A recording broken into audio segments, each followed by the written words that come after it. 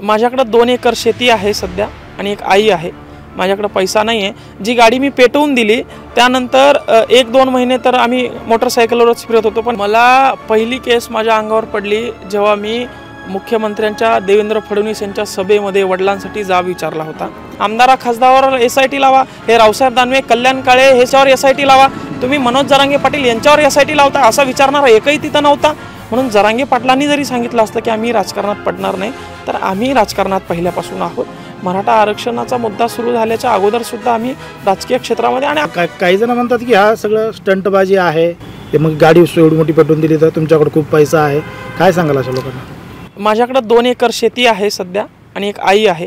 माझ्याकडे पैसा नाही आहे। जी गाडी मी पेटवून दिली त्यानंतर 1-2 महिने तर आम्ही मोटरसायकलवरच फिरत होतो। पण माझ्या गावातले मी सांगितलं तुम्हाला की भरपूर प्रेम आहे। मित्रांना ते सहन झालं नाही, त्यांनी पैसा जमा केला, शोरूमला गेले, गाडी बुक केली, मला न कळवता ते गाडीचं हे करून घेतलं।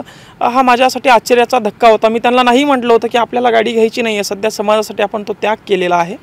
म्हणून एखादा माणूस जर काही कुठल्या गोष्टीचा त्याग करत असेल तर त्या अगोदर त्याचे परिणाम तो विचार करून ठेवतो। मी जर का गाडी जाळत असेल तर मला माहीत होतं मला आता पायी फिरावं लागणार आहे। मला हे माहीत नव्हतं की मी नवीन गाडी मला कोणीतरी आणून देणार आहे। मी ते टाळलं, पण मित्रांच्या भावनेखातीर मला त्यांचा आदर करावा लागला। मग आता हा जर पब्लिसिटी स्टंट असेल गाडी जाळायचा, मग हा कुठला स्टंट होता? आमच्या आई बहिणींच्या डोक्यात काठ्या मारायचा, त्यांच्या अंगात गोळ्या टाकायचा, छर्रे टाकायचा, त्यांचं रक्त या स्वराज्याच्या मातीत पाडायचा, हा कुठला स्टंट आहे? शासन जर स्टंट करत असेल, शासन जर दबाव निर्माण करत असेल तर असे हजारो स्टंट करायला आम्ही तयार आहे, असे हजारो गुन्हे आम्ही घ्यायला तयार आहे। आणि हा जर चुकीचा असेल तर असे चुकीचे गुन्हे सुद्धा आम्ही करायला तयार आहे। आम्ही समाजापेक्षा, आमच्या माणसांपेक्षा, कुठलाही समाज असो, 18 पगड जाती असो, त्यांच्यापेक्षा जास्त मोठं कोणी नाही। हे स्वराज्य आहे, स्वराज्यात जनतेला महत्त्व आहे। मला पहिली केस माझ्या अंगावर पडली जेव्हा मी मुख्यमंत्र्यांच्या देवेंद्र फडणवीस यांच्या सभेमध्ये वडिलांसाठी जाब विचारला होता। तिथून माझ्या लक्षात आलं की भांडल्याशिवाय आपल्याला काही मिळणार नाही। माझ्यासाठी स्वतःसाठी 2 केस माझ्या अंगावर पडले, एक टावरवर चढलो त्यावेळेस आणि एक मुख्यमंत्र्यांच्या सभेत बोललो त्यावेळेस। तिथून पुढे मी ठरवलं की आता एक जगून फायदा नाही आपला, आपलं वावर गेलं आहे, आपला बाप गेला आहे, आपण शिक्षण गेलं आहे, आपलं शरीर आदूज आहे, आता समाजासाठी जगायचं। 2 वर्ष, 4 वर्ष, 10 वर्ष, 20 वर्ष समाजासाठी जगायचं, गोरगरीब जनतेसाठी जगायचं। आणि असं करत असताना आज जवळजवळ 25 ते 30 केसेस आमच्यावर आहे। अजून 300 केसेस आम्ही अंगावर घ्यायला तयार आहे, पण आम्ही मागं हटणार नाही। ही आमची संपत्ती आहे, याला मेडल म्हणून आम्ही घेतो। हे बघा, आंदोलन करत असताना 2 लढाया आहे। एक आंदोलनाची लढाई आहे। मला सांगा, जरांगे पाटील यांच्यावर एसआयटी लावण्यात आली, यावेळी एखादाही आमदार खासदार बोलला नाही की काय एसआयटी लावा? आपल्यासारखा एखादा तिथं नसावा की आमच्या समाजाच्या गरीब पोराच्या याच्यावर तुम्ही एसआयटी लावताय? आमदारा खासदारावर एसआयटी लावा, हे रावसाहेब दानवे, कल्याण काळे ह्याच्यावर एसआयटी लावा, तुम्ही मनोज जरांगे पाटील यांच्यावर एसआयटी लावता असा विचारणारा एकही तिथं नव्हता।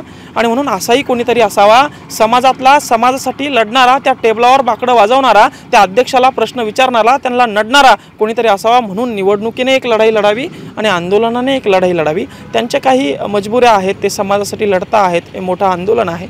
आंदोलनाला गालबोट लागू नये म्हणून त्यांचा निर्णय अतिशय योग्य आहे, तो आम्हाला सर्वांना मान्य आहे। समाजाला मी काही आव्हान करणार नाही या ठिकाणी, समाजाला मी फक्त पर्याय निर्माण करून दिलेला आहे।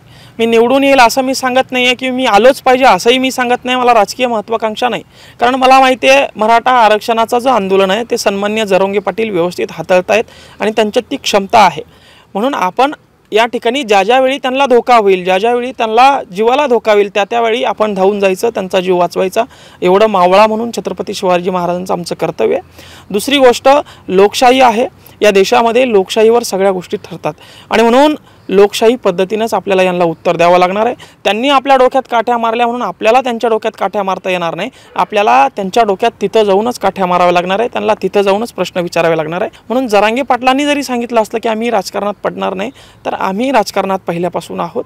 मराठा आरक्षणाचा मुद्दा सुरू झाल्याच्या अगोदर सुद्धा आम्ही राजकीय क्षेत्रामध्ये, आणि आमच्या लक्षात आलं अभ्यासामुळे, आम्ही या ठिकाणी पॉलिटिकल सायन्स वाचलं, आम्ही आंबेडकर वाचलेत, आम्ही महात्मा गांधी वाचलेत, सगळे नेते वाचलेत, आम्ही भगतसिंग वाचलेत, तेव्हा लक्षात आलं की राजकारणाशिवाय या जनतेला आपण न्याय मिळवून देऊ शकत की येणाऱ्या 18 तारखेला किंवा 19 तारखेला आम्ही उमेदवारी अर्ज भरणार आहोत। डॉक्युमेंटेशन आम्ही सुरू केलेलं आहे, गावागावामध्ये आम्ही फिरतोय, उत्कृष्ट असा प्रतिसाद आम्हाला मिळतोय। रोज मला वाटतं जवळपास 4-5 हजार फोन येत आहेत, मला फोनवर बोलणं सुद्धा या ठिकाणी शक्य होत नाहीये आणि आम्ही अर्ज भरणार।